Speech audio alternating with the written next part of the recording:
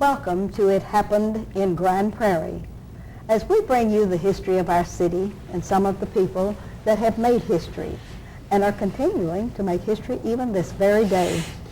We're very honored because this week, as we continue our Hispanic Heritage Month, we're very pleased we have a very, very important young man on the dais today. This is our history tape number 498, and this is the magic date of September the 23rd, but this won't be shown for another week. But you stay with us, and we're going to just prepare for you the most magnificent history. You're going to be so pleased that you stayed on Channel 99. And we're welcoming today His Honor, Roberto Alonso, and we're so pleased to have you on the set. Glad to be here, man. Yes. And everyone in the viewing audience ought to know that you are my state representative 104. It's my pleasure. Yes, yes. My pleasure. Because you do have parts of Grand Prairie, so correct. We're so thrilled that you decided to leave Austin in the bay and come on into Grand Prairie today, and we thank you for doing that for us, and because we want to get to know you better, and especially those of us that you are ours, so to speak. And that's true. You're my boss. That's the way it goes. I'd like to begin the interview with getting to know the real Roberto. Sure. And we know you're His Honor, and we respect that, but we're going back to the time when you were a very young man. Sure. I'd like for you to give us the names of your mother and your father, and give us your mother's maiden name, because Sure. we're going to tie this into a mini bio. Sure. My father's name was Emeterio Muñoz Alonso, and he was born in Toledo, Ohio, and there's a story to that. And my mom's name is Maria del Rosario. His first name, her mom's last name was Castro, and her dad's name was Rivera. Oh, how wonderful. Do you have either of your grandparents left? No, they passed away. No a few years grandparents. ago. Do you have brothers and sisters? And if you do, would you like to name Sure. them? I've had 10 brothers and sisters. My oldest brother is Ramon. Then there's Maria Luisa. Then there's Gerardo. There's myself, Ruben, Jose, Victor, Monica, Javier, Diana, and Mariana. Oh, that's wonderful. And you were born where?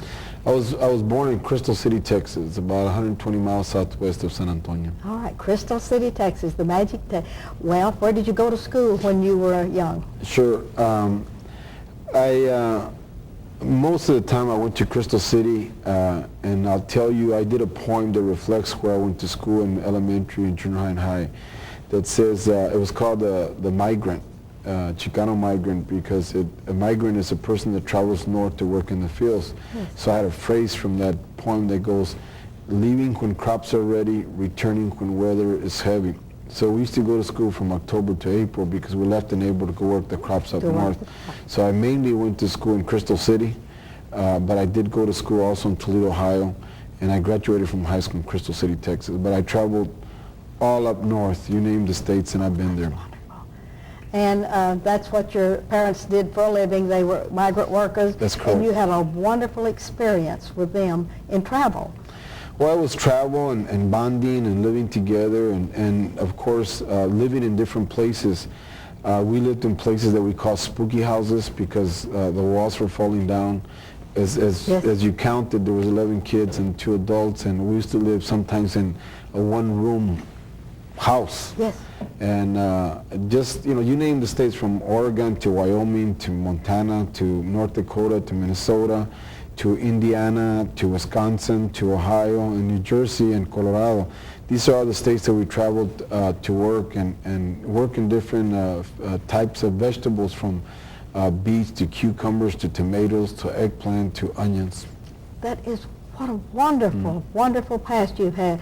It seems that it might have been hard at that time, but now as you look back and the progress that you've made, and graduating in Crystal City, most of your time was spent in those schools. When you were elementary to middle school, Sure.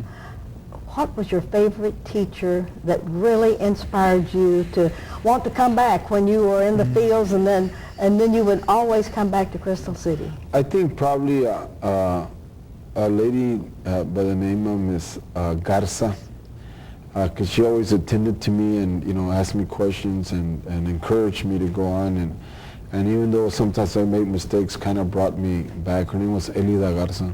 All right, and then in high school, now having you're graduating from that particular high school, what was the most exciting thing that happened to you in your high school career, either your activities or a teacher or someone? There's a couple of things. First of all, I was always involved in politics, so I got to be the 8th grade student council president in high school. 8th grade? I was also the president of student council.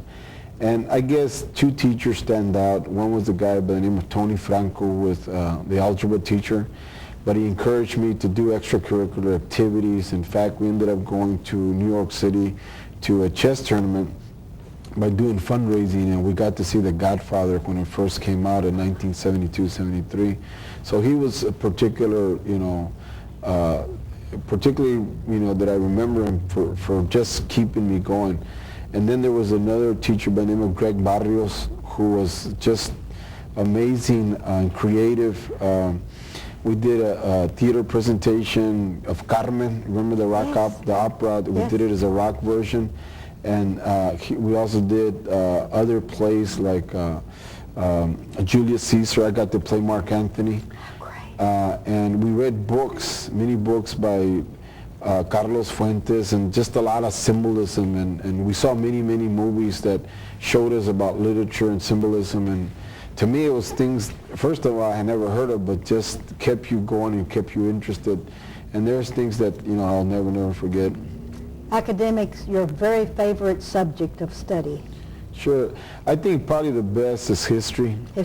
History is, in my idea of, because you read and you hear and you know, and you also get to compare from what happened in the past to the present. And I'll give you an example. About a year ago, my 10-year-old son, who's now 11, was doing a research project on Mexico, and he chose Cinco de Mayo. And I gave him a book to read, so he started reading about Cinco de Mayo. And as we know, Cinco de Mayo has to do when the Mexicans beat the French. Yes. So as he was reading the book and doing his research, project and doing an essay, he asked me, "Dad, I have a question." He goes, "What's the question, son?" He says, reading the book and what you gave me to read, it says that the Mexicans beat the French, who were very powerful with Napoleon in 1862. And he says, how is it that, the Mexicans beat the French in 1862, but they lost to the United States in 1848? Yes. When the war was over with Mexico and the United States. Very good question. So I tell people the answer is not what's important, it's the question. Yes. Because by reading, he was able to compare between 1848 and 1862. So to me, history plays a very, very important role in it. Anytime you discuss and argue or visit with people, if you know, you're so much ahead just by knowing the history. So I think it's very important. Second is English. I mean, English literature, writing, particularly, is very, very important as well. All right. And graduating from high school, in what magic year? 1975. 1975. And then what happened to Roberto? I went to college, University of Texas in Austin. I was involved very much there. I got my government degree. I tell people How did you pay your way through college?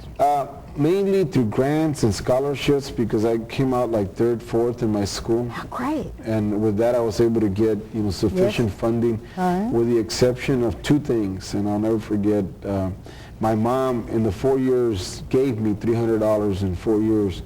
And then second, I remember my sophomore year, I had $2 and I was about to start finals.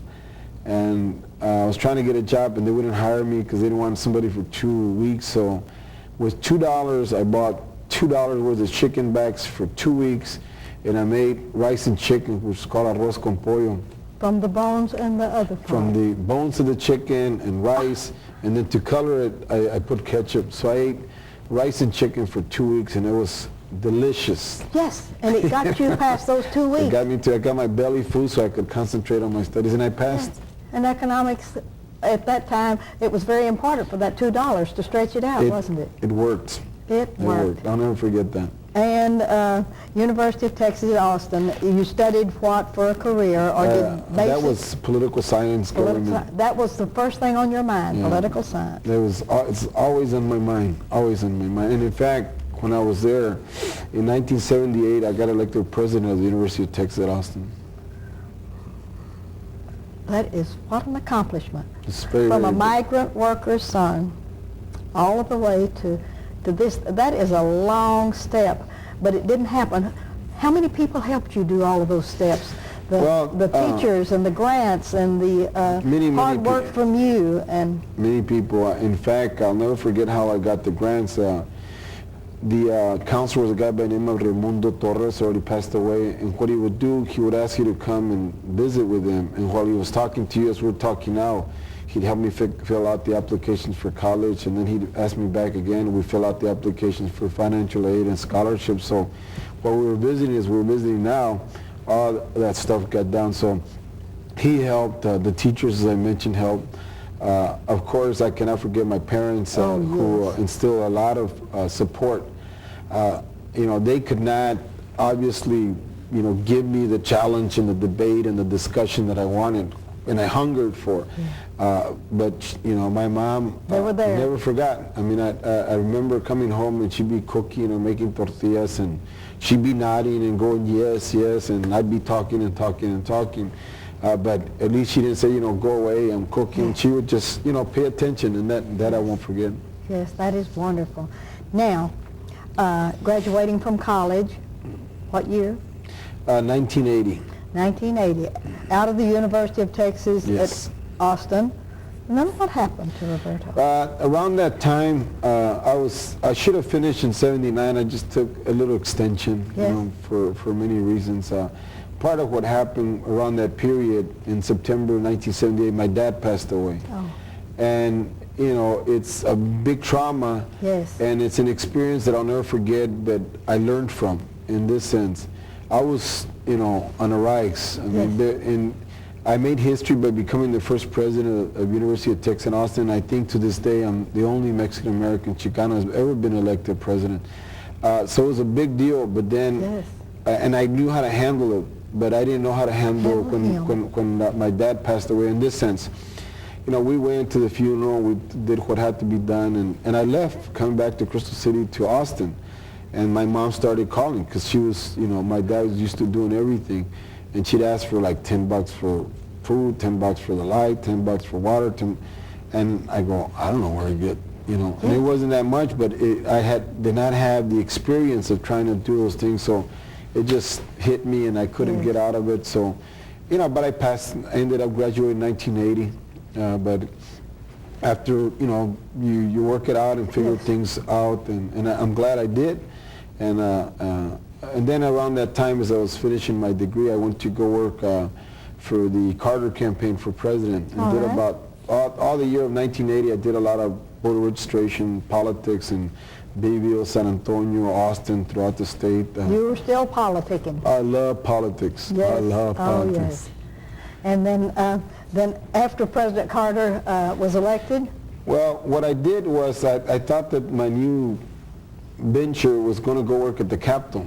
Yes. And I went to interview with a state senator from Corpus Christi, Senator Carlos Truan, and he said, you've got good references. There's a lot of people that know you, talk good about you, but in order for you to work for me, I need you to have experience. But in order for you to have experience, you got to work for me. So it's kind of like a catch-22. Yes, it is. And well, he said no. This was December 1980. So I went home and stayed with my mom 30 days and 30 nights, and I said those 30 days was kind of like I would sleep and get hungry, and then I would, after I wake up, I get hungry again, so I was sleeping and eating for 30 days, and I got tired of that. Yes. So I went back to Austin and gave it another shot. So I went to Senator Carlos Truan and said, look, I really want to work for you. You're the one I want to work for. Pay me, whatever you can, and I'll do a good job. And he finally hired me. I was the lowest paid, but within 30 days I was called the fair-haired boy. How and wonderful. I really didn't understand the concept, but What a change. oh yeah, from not being hired to, there was people getting paid much money. But what I did my work. When people would come in from Corpus Christi at the Capitol, I show them around. I call the photographer. I work with the other aides. I mean, I went beyond because I really wanted to work Yes. it, and I figured it out, and I liked it. So within 30 days, I became the fair-haired boy, and it took me a while to figure out what that meant, but I think it was a very positive deal. Very I don't think the other workers liked it, but I was there to do my work, and I wanted to get it done, and I wanted to do it the best way, and I think I did. And working for that senator, you got lots of experience, but you have this gnawing to continue on in politics still? Clearly. Well, what I did, that summer, I went to Georgetown University to a summer program at a law school. So I spent 6 weeks there, and then, and even while I was working for Senator Truan, I saved a few bucks, a few dollars to, because my goal was still politics, but also going to law school and becoming a lawyer. And I saved I was making like $600 a month and saving $300. So I lived on $300 for the 6 months I worked for him. And then in fact, that paid for going to school at Georgetown University for those 6 weeks. Came back in the fall of '81 and got into law school at Texas Southern University in Houston. Yes, in Houston. And finished there when? I finished in '84, and while I was there, I worked as a waiter for 2 years. And then on my third year of law school, I worked as a law clerk for Jim Maddox, the Attorney General. Yes. Oh, what a wonderful opportunity there. Oh, it was a great opportunity. Oh, yes. And, I worked at it, too, because around, 1982, Jim Maddox ran for Attorney General, and I worked his campaign in Corpus Christi in the Valley, and I think he liked what I did, and when I came to ask him for a job, he said yes, so yes, I appreciate it. And you worked for him how long, and what happened to you after that? Well, what I did was I worked for a year as a law clerk. I graduated in '84, took the bar exam, got married. Now let's stop right here, and now we are getting married. Yes, I did. Now we're going to talk about you and your intended. Give us her name. Her name is Silvana, and her last name is Avila. Okay. And I met her in Arlington, Texas. You met her in Arlington, yes. How did you meet? Well, what happened around 1982, they were having a student conference here in Arlington. Yes, And she came from Lubbock, and I came from Houston, and you met. And we met, and the pursue, or yes. to encourage, or yes. Happened, and it happened till 2 years later, from '82, in May of '84, we got married. That is wonderful. And it just so happened she's also from my hometown. She is from Crystal City also? Yes. How wonderful. And how did she wander out to Lubbock with her parents, I guess? No, she was going to Texas Tech. Texas Tech, different school. Well, wonderful. That's almost a miracle for you, isn't it? Well, I appreciate it. I mean, I'm glad, it happened. We have similar thoughts and ideas, except, like everything, we have some difference of opinion. Of course. Some difference of opinion, but, we've been married since '84, which is... Do you have children? Approximately 19 years. We have 3 kids, 18-year-old, 15-year-old, and name them now when we get to sure. 18 is? Roberto Jr., and 15-year-old is Maria Xiomara, Xiomara, and the last one is Jose Maria Meterio. And the first one was named after me, the second was named after my mom, and your mom. a name that she chose, and the third one was named for both our dads. Her dad's Jose Maria, my dad's Meterio. All right, and he's how old, Jose? Jose's 11. 11. Jose Maria. Okay. Where are these kids now? They're still alive and kicking well. and energetic. The 18-year-old is in Wichita, Kansas at a place called Newman University. He's there on a partial cross-country scholarship from Bishop Dunn. When he was going to Bishop Dunn, both his sophomore and junior, they were state champs. So as a result of that, he visited with the Newman University folks in Wichita, and they gave him a partial scholarship. So he's there now. The 50-year-old is a sophomore at Bishop Dunn. All right. And the youngest one is a 6th grader at Idaho Elementary in Oak Cliff. And a lot of was the school that I attended for a little while in Oak Cliff back in the dark ages, but that is wonderful. Still there. Yes, and still there. And does your wife work out of the home? Oh yes, and I'm glad she does. I think, is my opinion. I cannot speak for her, but I think she's, happy to be working and likes it. She has done different jobs. More recently, she was a part-time teacher, and now she's director of migrant programs for Dallas Independent School District. How wonderful! Oh, that is a great opportunity. And she is on her own merits, a very well-recognized woman in the Metroplex. She does all the Cinco de Mayo and 16th of September parades in Oak Cliff. Yes. They have about 10,000 people that gather to watch the parade. And in fact, the reason my son chose Cinco de Mayo was because his mom, does the Cinco de Mayo parades. She's been on the Dallas Park Board. She's been in the Dallas Cultural Arts Commission. Mm-hmm. She's been a national delegate to the Democratic Convention in Los Angeles, California in the year 2000 for Gore. Yes. So on her own, she's made her own mark, hasn't she? She's made her mark. That's wonderful. And you were elected what year to District 1? First, is it 104? Yes, ma'am. I know it's Yes. 104. Was it you ever had another numbered district? No, it's the same one. It's always been the same one. Always been number 104. Yes, I got elected in 1992, the first time. Okay. And talking as we are about history, is historical significance is the first time that a Mexican American had ever been elected as state representative in North Texas. Good. So it's very significant, and I'm glad to have had the opportunity to have won. And I got elected in 92, served that term, got elected in 94, and in 96 I ran for re-election and lost. So I was away 6 years, and then I ran again this last time, 2002. And I tell people there's three things that I did different in 96. One, I hired good campaign staff. Two, I went door to door. And three, I prayed a lot. Those three things are magic for politicians, I'll tell you. It's I had always done the going door to door, and kind of like doing it again kind of reminds you got to stay with the basics. You go away from the basics, you stay away from people, and you lose that touch. You lose the touch, and the reason that you're there. And I like this. I love this work. I've enjoyed it, and as long as God gives me the opportunity, I'll try to do as much as I can while I can. You had your first biennial District 104 Lobby Day report. Yes, and you ma'am. invited all of us that Yes, are in, ma'am. and it was on a day we had a council meeting, and I didn't get to go, and we were so sad. Mm-hmm. Tony Shotwell and I both, we had really wanted to go to that, Yes, and neither of us got to go. Tell me how that was exciting. Well, I know that I need to stay in touch with people, and 100% the people of District 104, and with time and experience, I've learned to do more things and more things and more things. And the plus side is I can do more with a shorter amount of time. Yeah. A shorter amount of time. And as time happens, you get there. So one of the ideas that came up was to have a District 104 Lobby Day.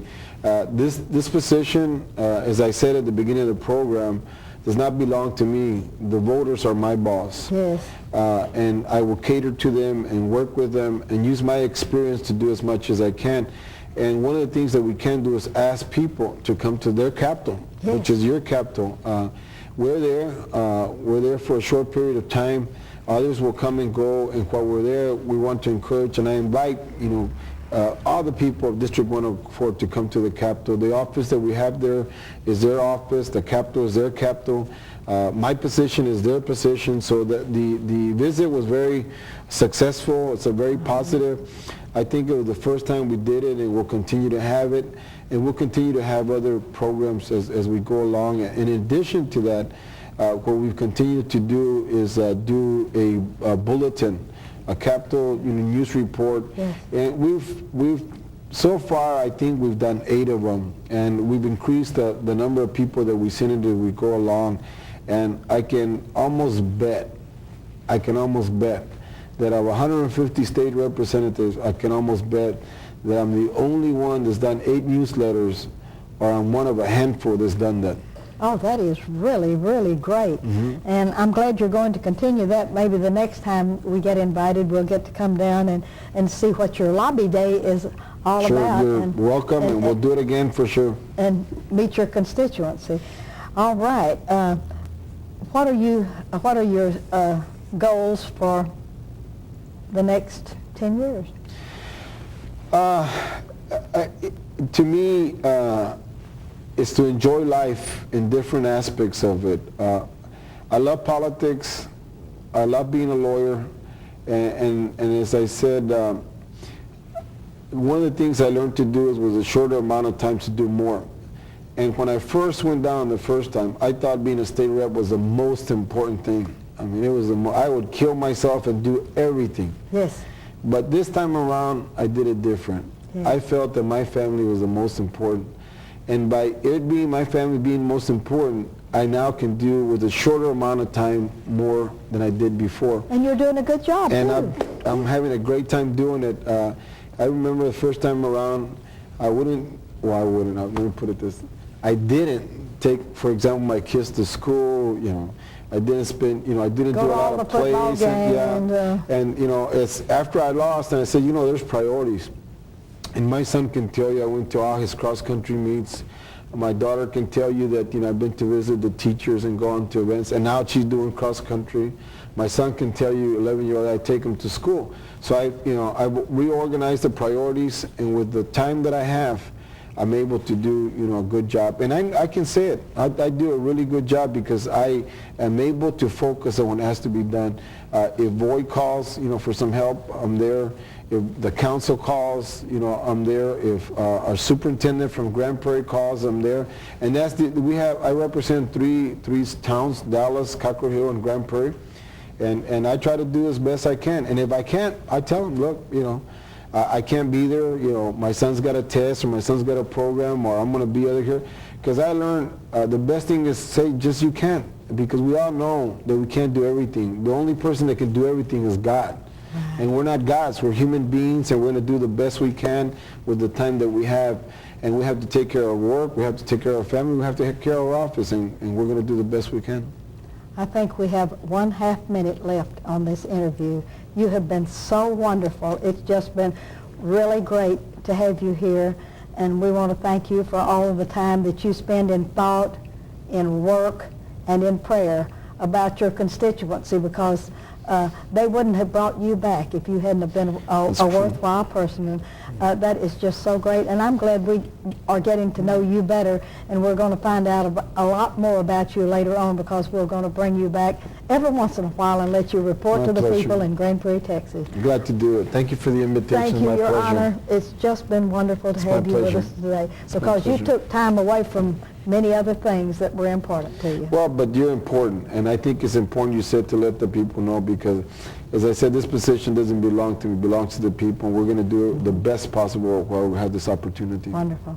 And this is Ruthie Jackson reminding you that history is as we live and do.